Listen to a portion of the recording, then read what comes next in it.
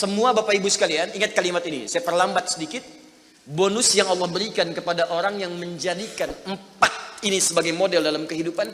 Bonus cepatnya, maka amalan yang ia kerjakan akan mempermudah doa dia dikabulkan.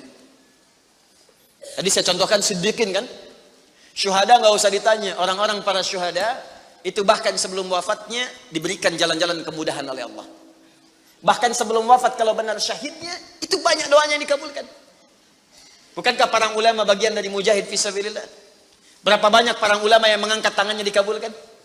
Imam Ahmad bin Hanbal pernah lewat, kemudian ada seorang mengatakan, "Syekh, anak saya sakit, tolong doa kepada Allah." Kata Imam Ahmad, "Kamu ini doa-doa sendiri," katanya. Imam Ahmad ingin mengajarkan, kamu kan masih punya lisan. Kamu masih punya kemudian kekuatan, minta dulu sama Allah supaya ada ikhtiar. Orang itu tiba-tiba pulang, ya dengan perasaan dia agak kecewa karena Imam Ahmad tidak mendoakannya. Ternyata ketika dia pulang, Imam Ahmad berdoa kepada Allah. Ya Allah, sembuhkan anak si fulan itu. Pulang, anaknya sembuh. Allahu Akbar. Ini doa ulama itu kalau benar kealimannya, kalau benar ilmunya dan khasyahnya kepada Allah, itu hujah di lisannya. Bahkan firasatnya nyata. Kadang dikasih dalam mimpi, kadang kemudian bermohon kepada Allah tanpa diketahui. Ada. Solihin juga demikian. Bahkan turun Quran surah ke-5 ayat 35. Ya. Paling kanan sebelah bawah, ya ayyuhalladzina amanu taqullaha wabtaghu ilaihil wasilah. Hei orang-orang beriman, tingkatkan terus takwamu kepada Allah dan jadikan takwa itu sebagai wasilah untuk meminta kepada Allah dari apa yang engkau inginkan. Dan kalau Anda cari takwa di Quran, bentuknya amal soleh. Tidak pernah kalimat takwa disebutkan dalam Al-Quran kecuali pada umumnya akan menyebut amal soleh. Contoh, kalimat takwa pertama langsung disebutkan orangnya di Al-Baqarah ayat 2. Dzalikal kitabu la hudal lil. Siapa muttaqin orang takwa di sini? Sebutkan ayat 3 dan 4-nya. Alladzina yu'minuna bil ghaib wa yuqimunas. Lihat sini. Iman dulu. Iman baru kemudian salat. Masih ingat di pertemuan lalu? Sebuah amal menjadi soleh kalau didahului oleh apa? Iman. Di iman itu nggak akan dipisahkan dengan amal soleh. Ada iman, maka amal berubah jadi soleh. Dalilnya Quran surah ke-103. Wal innal insana lafi illa alladzina amanu iman wa amilus soleh. Amal soleh. Apa wujudnya amal soleh itu? Jadi rumus cepatnya begini. Iman akan melahirkan sebuah amal yang dengan sifat iman ini menjadi soleh. Kalau iman dipadukan dengan amal soleh, maka akan berubah menjadi takwa namanya. Karena itu ketika Allah menyebutkan kalimat takwa dalam Al-Quran, baik dengan kata benda, ya, noun, muttaqin, muttaqun, atau kata kerja, verb, fi'il, tattaqun, yattaqun, ittaqau, pasti setelahnya akan bertemu dengan iman dan amal saleh. Dzalikal kitabu la hudalil. Siapa muttaqin orang takwa di sini? Alladzina yu'minuna bil ghaib wa iman lis salat. Wa mimma razaqnahum infaq, dan seterusnya. Al-Baqarah 183. Ya ayyuhalladzina amanu kutiba alaikumus iman, ya ayyuhalladzina amanu kutiba alaikumus syiyam, puasa. Kama kutiba alal ladzina min la'allakum taqwa. Jelas? Maka ketika lihat rumusannya, lihat formulanya. Ini agak jarang dibahasnya. Perhatikan formulanya. Kata Allah di Quran surah ke-5 ayat ke-35. Ya ayyuhalladzina amanu. Hai orang-orang yang telah beriman. Alhamdulillah modal ini ada. Masih beriman? Alhamdulillah. Berarti modalnya sudah ada kan? Nih, yang dipanggil ini. Hai orang-orang yang telah beriman. Yang belum beriman tidak hai. Ittaqullah. Tingkatkan takwamu kepada Allah. Yang diminta ini. Perhatikan rumusnya. Hai orang-orang yang telah beriman, tingkatkan takwamu kepada Allah. Wabtaghu ilaihil wasilah. Dan carilah dengan peningkatan takwa ini wasilah untuk mengabulkan doa-doa yang kita mohonkan. Jadi kalau kita ingin cepat dikabulkan doanya, dituntaskan persoalan hidupnya, maka kata Allah rumusnya tingkatkan apa?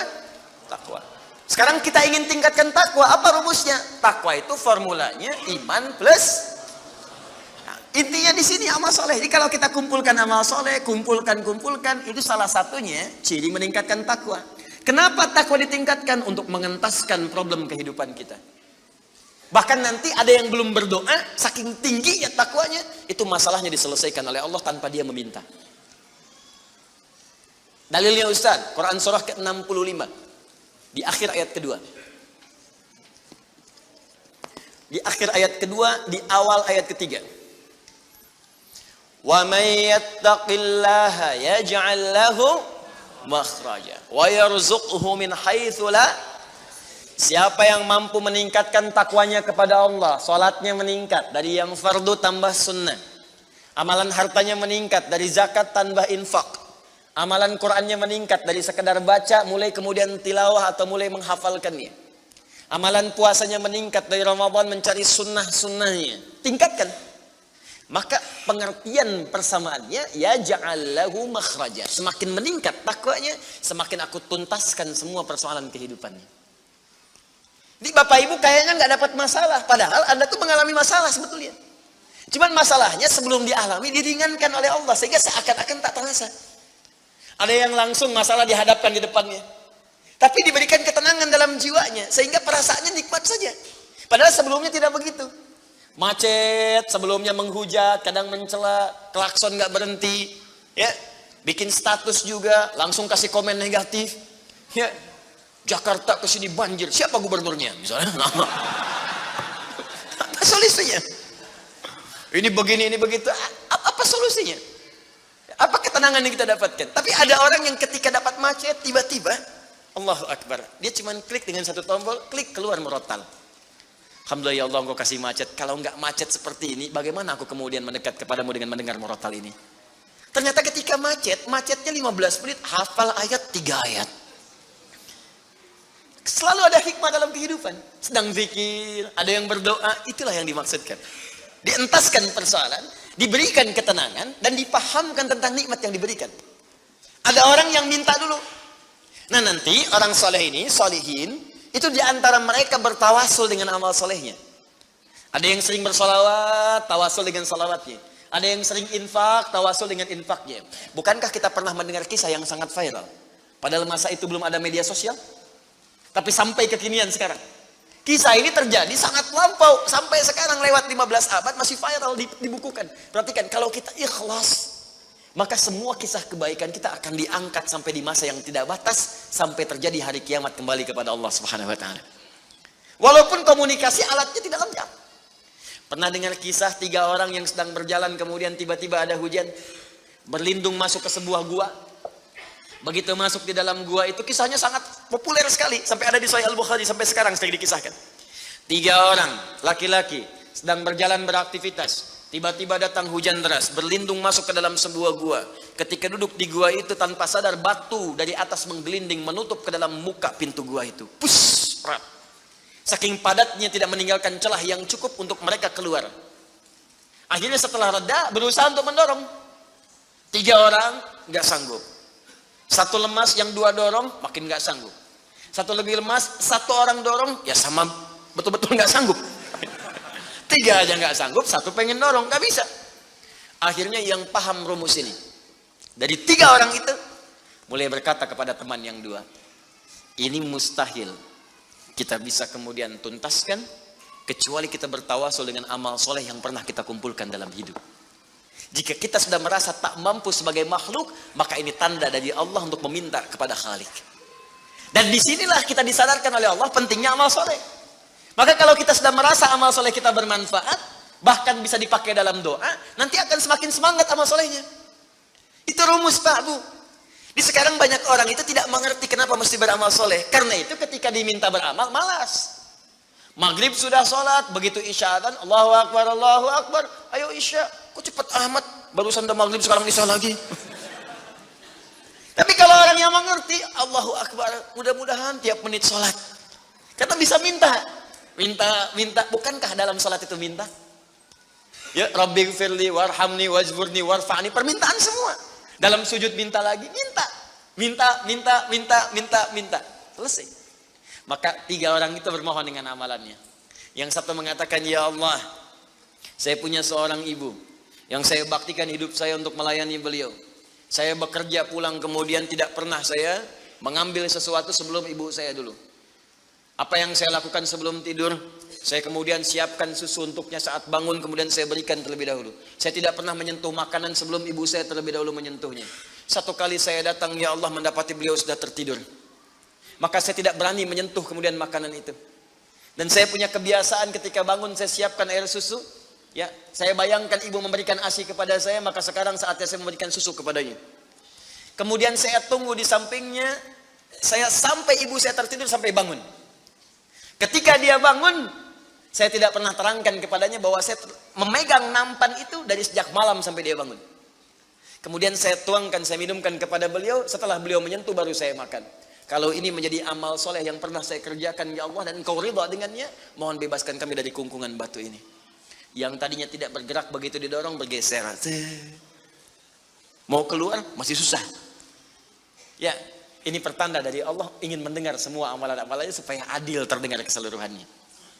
Kedua, ya Allah, saya pernah mimpin suatu perusahaan. Kalau bahasa kita sekarang, saya pernah punya bisnis, ya Allah. Kemudian ada karyawan saya, tiba kemudian pamit meninggalkan pekerjaan, tapi gajinya belum saya berikan. Lantas saya simpan gaji itu, dia tak kunjung datang. Kemudian saya berinisiatif, ya Allah, untuk menjadikan gajinya dia sebagai modal. Karena khawatir kalau pulang nilainya sudah berkurang. Maka dibelikanlah oleh saya, ya Allah, kambing. Kemudian dikelola kambing itu. Sampai bertahun-tahun datang, kambingnya sudah penuh, ya Allah, dengan berbagai kandang. Ternak sudah banyak. Selapangan sudah kumpul. Begitu dia datang, saya berikan kepadanya semuanya itu, dia mengatakan, kamu bercanda ya? Gaji saya kan cuma 1 juta, kenapa dibalikin tiba-tiba ada 1000 kambing? Orang ini mengatakan, kamu bercanda? Kata orang tadi, tidak, saya tidak bercanda, tapi ini hak kamu yang saya kembalikan. Dikisahkan kisahnya, saya belikan kambing, saya jaga dengan rawat dengan baik. Lantas dia mengambil semua kambing itu, ya Allah, tanpa memberikan kepadaku sedikit pun. Makasih ya, pergi gitu kan. Masya Allah. Ya gitu, kalau Baduy itu unik gitu ya. Bukan yang di sini, Arab maksudnya ya. Unik gitu. Jadi lugu, polos, berangkat. Ya. Apa yang terjadi? Maka aku pun, ya Allah, menerima. Dengan berharap ridhomu saja tanpa meminta imbalan sedikit pun darinya. Dia pergi meninggalkanku, aku mengharap ridho darimu. Maka aku bermohon kepadamu, ya Rabb, kalau dengan itu kemudian engkau ridho, maka bebaskan kami dari kungkungan batu ini. Didorong, geser lagi. Perhatikan bagian yang ketiga ini. Ini tidak mudah karena termasuk bagian dari dosa besar. Meninggalkan dosa besar mendatangkan anugerah yang berlimpah tanpa batas. Ya Allah, dulu aku seorang rentenir. Wah, banyak sekarang nih. Ya, yang benjol-benjol, yang catat-catat. Dulu aku seorang rentenir. Ya. Kemudian, ya Allah, aku pinjamkan kepada orang-orang untuk mengambil bunga yang berlipat dan lebih banyak. Tapi aku mencintai seorang putri dari pamanku. Setiap aku lamar dia selalu menolak. Putrinya itu orang soleh, Pak, Bu, baik. Makanya di Quran jelas orang soleh nggak akan dipertemukan dengan yang kurang baik. Tapi jangan pesimis dulu. Caranya jadi orang baik dulu, nanti akan diarahkan pada yang baik. Sabar.